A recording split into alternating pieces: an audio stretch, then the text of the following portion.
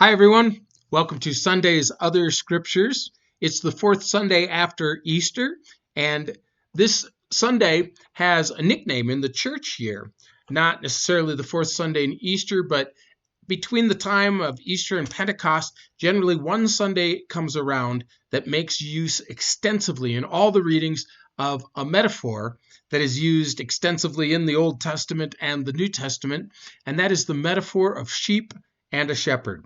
It's used in the Old Testament to predict the Messiah, and in our psalm for the day, Psalm 23, perhaps the most famous psalm of all, it's used in the idea that the Lord is my shepherd. It's used in our epistle reading, which is part of a lectio continuo, a continuous reading through 1 Peter, and that's the reading that I'm doing a sermon series on. It's used at the end of that selection on this Sunday when Peter says, you were like sheep who had gone astray, but now you've returned to the shepherd and overseer of your soul. So it appears there. As I said, Psalm 23. It occurs in the gospel reading, which generally is one of the readings from John, where Jesus does a more extensive discourse on himself as the good shepherd. And this particular Sunday we have in John 10, 1 to 10, this idea of Jesus, the Good Shepherd, as opposed to the thief who destroys. The only reading that doesn't, on this particular Sunday, use this idea of sheep and shepherd is the first one, which is from Acts chapter 2. I was really tempted to jump off the sermon series and preach on Acts chapter 2. This particular passage, 42 to 47, describes the earliest Christian community in Jerusalem. It takes place right after the day of Pentecost. We have, since Easter, instead of an Old Testament reading, we've had readings from the book of Acts. It probably would be more accurate, instead of calling the first reading an Old Testament reading, as we often do, to call it a history reading, because generally it's from the Old Testament and it sets the stage for the gospel reading especially. But in the time after Easter, we do some reading through the book of Acts, because it really, in these readings, shows the impact of the resurrection on the disciples, how they went from fearful and pretty much clueless in this miraculous time of 40 days that Jesus was with them, and then an additional 10 days until on Pentecost the Spirit is poured out them and they become bold proclaimers of the gospel. And immediately after Peter especially has proclaimed that Jesus is the Messiah and called people to repentance on the day of Pentecost, and that was our reading for last week when 3,000 men were baptized in one day, and that was just the men. Immediately after that, we get this passage in Acts chapter 2, 42 to 47, that tells what that early Christian community was like. So when we look at that, you have, first of all, they focused on the apostles' teachings, the they being those believers in Jerusalem, the original 120 disciples who were gathered on the day of Pentecost, plus the 3,000 men and their families, who we would guess many of them still are in Jerusalem and they're still focused on learning about Jesus.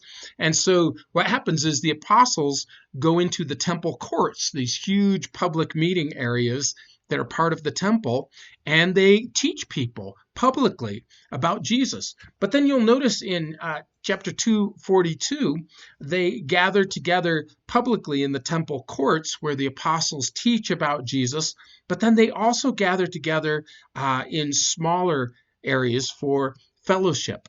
And I'll get to that idea of fellowship in a minute, but to the breaking of bread and to prayer. Some people see in the breaking of bread a reference to communion. That could be, it likely is, but breaking bread also can just mean a communal meal. The earliest Christians shared food together. So that's one thing I really value about our congregation, is we have multiple occasions on which we share food together. Almost every time we get together, we share food together. It's a very biblical idea. It relaxes people. It expresses fellowship or commonality or equality. We don't have people waiting on tables and other people eating. And this is a very ancient tradition, that if I eat with you, then you're part of my kind of family. We have a close relationship. So they gathered together for the breaking of bread and to pray. To pray together for one another, not just to express my own wish list of what I want God to do.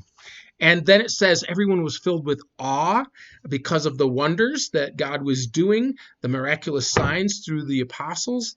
All the believers were together and had everything in common. What does it mean, everything in common? Well, it goes on to tell us, selling their possessions and goods, they gave to anyone as he had need. That's right. They were a commune, not a communist commune where the idea was, people are forced to give up their personal possessions. That wasn't the case.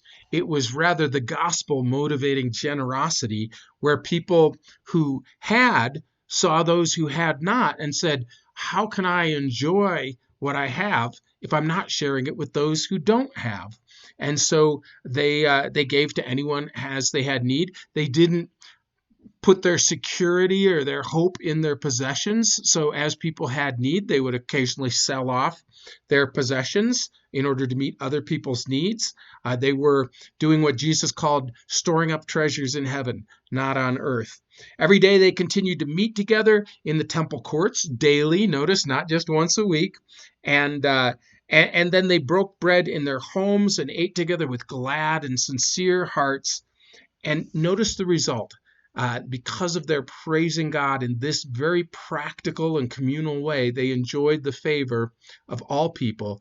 And then at the end of this chapter, and the Lord added to their number daily those who were being saved. It wasn't their techniques or their strategy that added to and grew the church. It was the Lord working in them through his Holy Spirit that created a community that people said, I got to be part of this. That created joy that people said, I want that joy. That created hope that people said, I got to have this hope. So this is our first reading, and the people are not sheep in the sense of being clueless. It's often used, as a pejorative in our day and age, that people, they're just like sheep.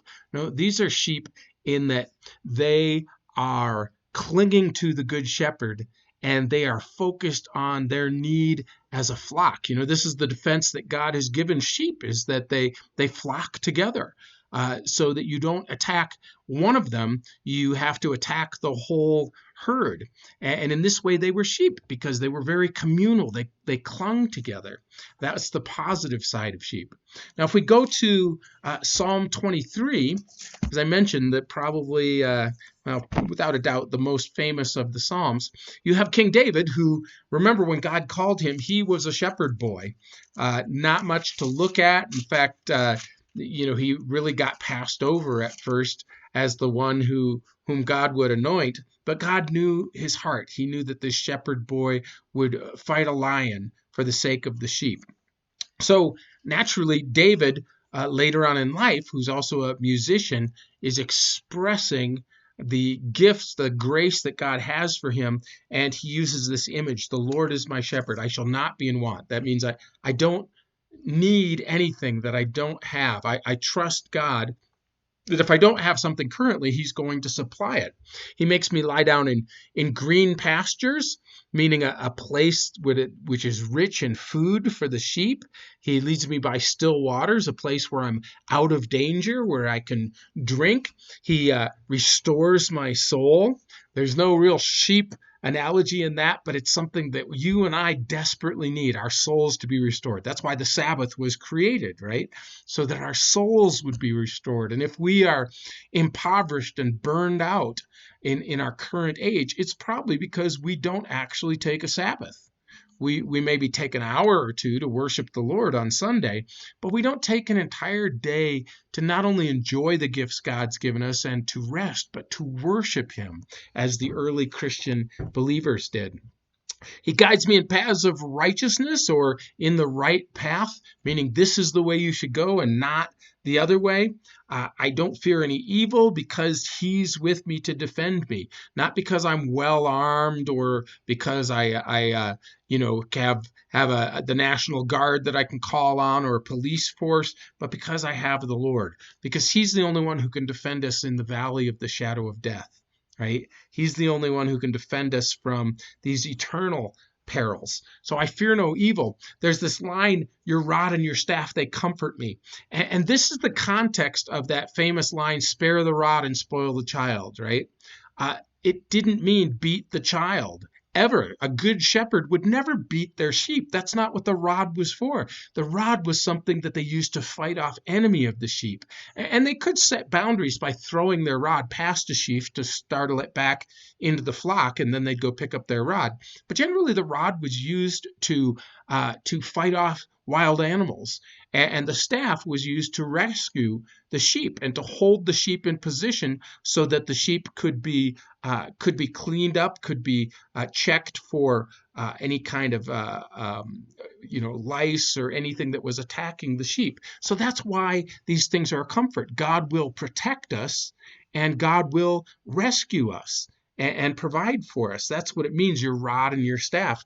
And then you prepare a table before me. Again, we move out of the sheep metaphor, and this is more King David now that he's king, no longer a shepherd boy, that God provides for him in the presence of his enemies, which suggests vindication, that God prepares for him this feast and keeps him safe from his enemies. You anoint my head with oil. Back in the day, they didn't have shampoo. Imagine if you've ever had your hair super dusty and full of grit and you couldn't wash it, how good it feels to have oil poured in it. In fact, I think the shampoo that I use uses oil in it. Just makes your scalp feel so good.